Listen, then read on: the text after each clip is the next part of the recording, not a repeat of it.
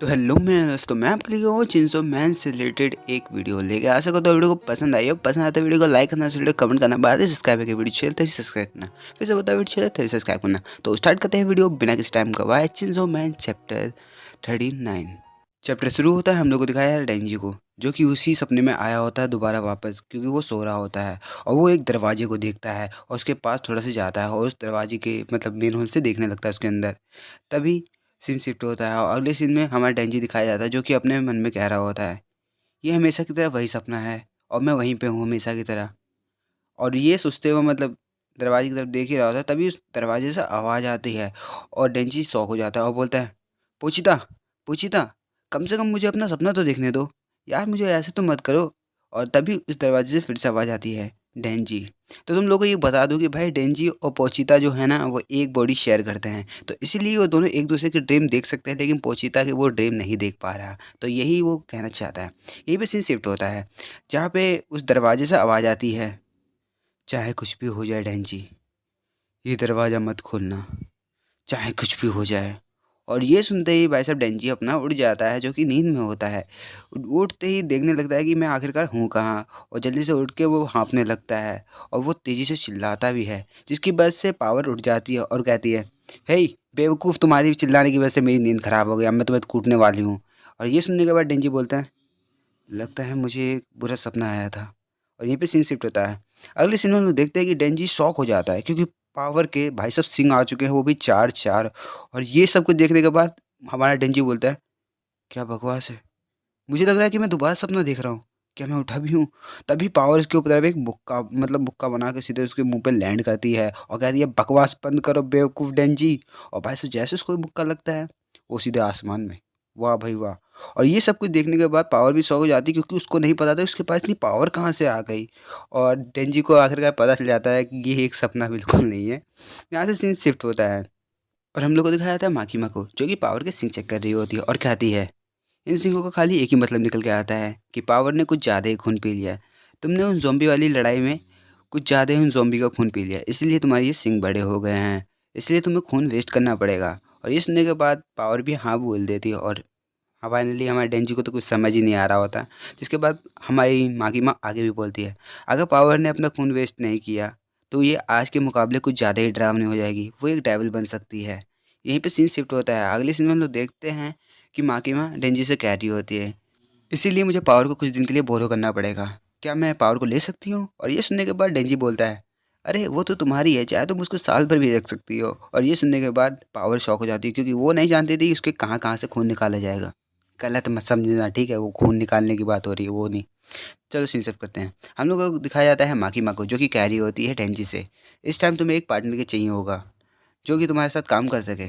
और हम लोग को दिखाया जाता है एक डेविल को, जो कि माँ के पैर के पास होता है। अगले सीन में हम लोग देखते हैं कि वो शार्क फिंड होता है, जो कि भाई साहब हमारे डेंजी के ऊपर कूद पड़ता है और कहता है, लॉर्ड चिंजो मैन, लॉर्ड चिंजो, लॉर्ड चिंजो। और भाई साहब ऐसा करते हुए चिपक रहा होता है, लेकिन डेंजी उसे खतरनाक सुपरमैन पंच कहा जाए तो मतलब दे देता है, जिसके मुंह से खून तक की निकल आता है शार्क फिंड के। और अगले सीन में हम लोग दिखाया जाता है कि डेंजी बोलता है, ये चूतिया आखिरकार है कौन जो मेरे चेप हो रहा है?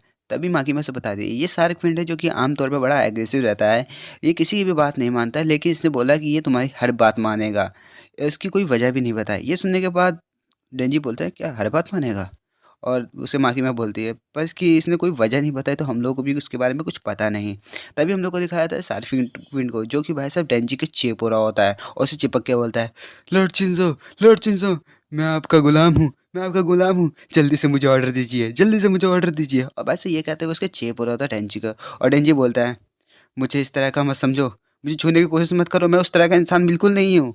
और यहीं पे सीन शिफ्ट होता है। अगले सीन में हम लोग देखते हैं कि माँ की मर्द से बोलती है, वैसे ये सब कुछ अब ख़त्म हो चुका है, तो क्या तुम मेरे साथ एक डेट पे चलना चाहोगी डेंजी? और ये सुनने के बाद डेंजी बोलता है, क्या, एक डेट?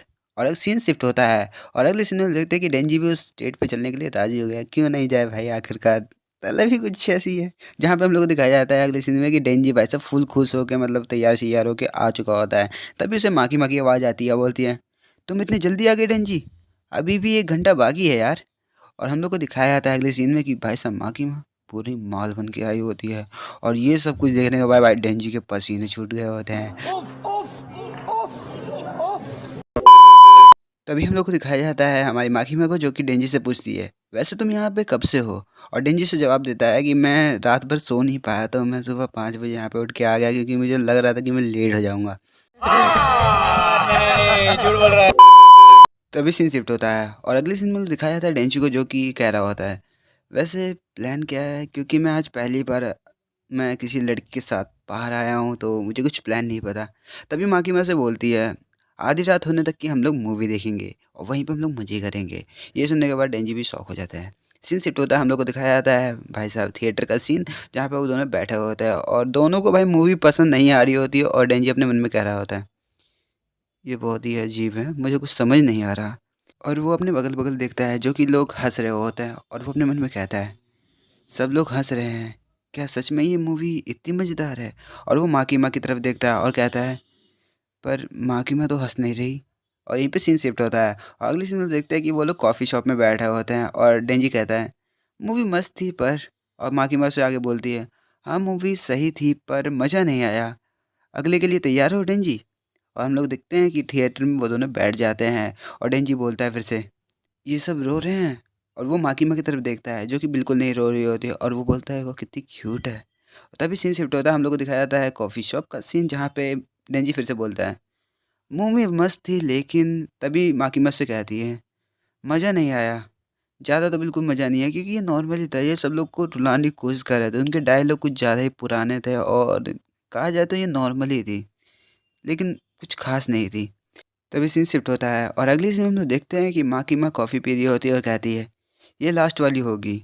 लोगों को इसके मूवी का कॉन्सेप्ट समझ नहीं आता है, क्या तुम इस समझ जाओगे डेंजी? और ये सुनने के बाद डेंजी कहता है, सच कहूँ तो मुझे अभी तक मुझे मज़ा नहीं आया, पर शायद मुझे मूवी समझना नहीं आता, मुझे उनका कॉन्सेप्ट समझ नहीं आता, इसलिए मैं शायद उन मूवी को समझ नहीं पाता। ये सुनने के बाद माँ की माँ कहती है, मुझे 10 मूवीज़ में से 1 मूवी पसंद आती है, लेकिन ये जो मूवी है उसने मेरी लाइफ़ बदल दी। और ये सुनने के बाद डेंजी भी शॉक हो जाता है। सीन शिफ्ट होता है थिएटर की तरफ, जहाँ पे हम लोग दिखाया जाता है कि वो दोनों मूवी का मज़ा ले रहे होते हैं और भाई साहब पूरा भाई थिएटर खाली होता है और यही दोनों खाली बैठे हुए होते हैं। वैसे मूवमेंट के लिए बढ़िया है। सीन शिफ्ट होता है, अगले सीन में हम देखते हैं कि डेंजी उस मूवी को ध्यान से देख रहा होता है और वो अपने मन में कहते हैं, क्या बात है? क्या बात है? मैं रो रहा हूँ। मिस माकिमा मुझे इस हालत में ना देख ले। और भाई वो अपनी जल्दी-जल्दी आँसू साफ़ करता है और माकिमा की तरफ देखता है और भाई साहब माकिमा भी रो रही होती है और ये सब कुछ देखने के बाद जेनजी शॉक हो जाता है और वो भी भाई फिर मूवी देखने लगता है। इसके बाद सीन शिफ्ट होता है और अगले सीन में देखते हैं कि भाई साहब वो लोग अपने घर जा रहे होते हैं, जहाँ पर डेंजी से कहता है, वो लास्ट वाला सीन मेरी डेथ तक की मुझे याद रहेगा। वो सीन बहुत ही मस्त था। जिसके ये सुनने के बाद माकिमा से बोलती है, मुझे भी वो सीन मस्त लगा। और वो आगे कहती है, वो मूवी आज की सारी मूवी का मतलब पैसा वसूल था, क्योंकि वो बहुत ही मस्त थी। और डेंजी उससे कहता है, मिस माकिमा, क्या मेरे पास दिल है या नहीं? और ये सुनने के बाद माकिमा उससे कहती है, तुम ऐसा क्यों पूछ रहे हो? और तभी डेंजी से कहता है, पता नहीं पर मेरे मन में ख्याल आया और मैंने आपसे पूछा। तभी सीन शिफ्ट होता है, अगले सीन में देखते हैं कि माकिमा उसके सीने पे अपना सर रखती है और भाई से डेंजी पूरी तरह से शॉक हो जाता है, मतलब क्या ही बोला जाए। और वो माकिमा उसकी तरफ देखती है और स्माइल करती है और कहती है, हाँ तुम्हारे पास है, यू डू। और भाई से यही कहते हैं वो वहाँ से चली जाती है और भाई साहब मतलब डेंजी के तो लग ही गया था, मतलब क्या ही बोला जाए, शौक लग जाता है उससे। और फाइनली डेंजी खड़ा रह जाता है और यहीं पे ख़त्म होता है हमारा चिंजो मैन चैप्टर 39। तो आशा करता हूँ वीडियो को पसंद आई हो, पसंद आए तो वीडियो को लाइक करना, शेयर कमेंट करना, बाद ही सब्सक्राइब वीडियो चले तो सब्सक्राइब करना। तो बाय बाय, मिलते हैं बिल्कुल नई वीडियो में, जो कि अलग अलग मस्त हो। Bye bye.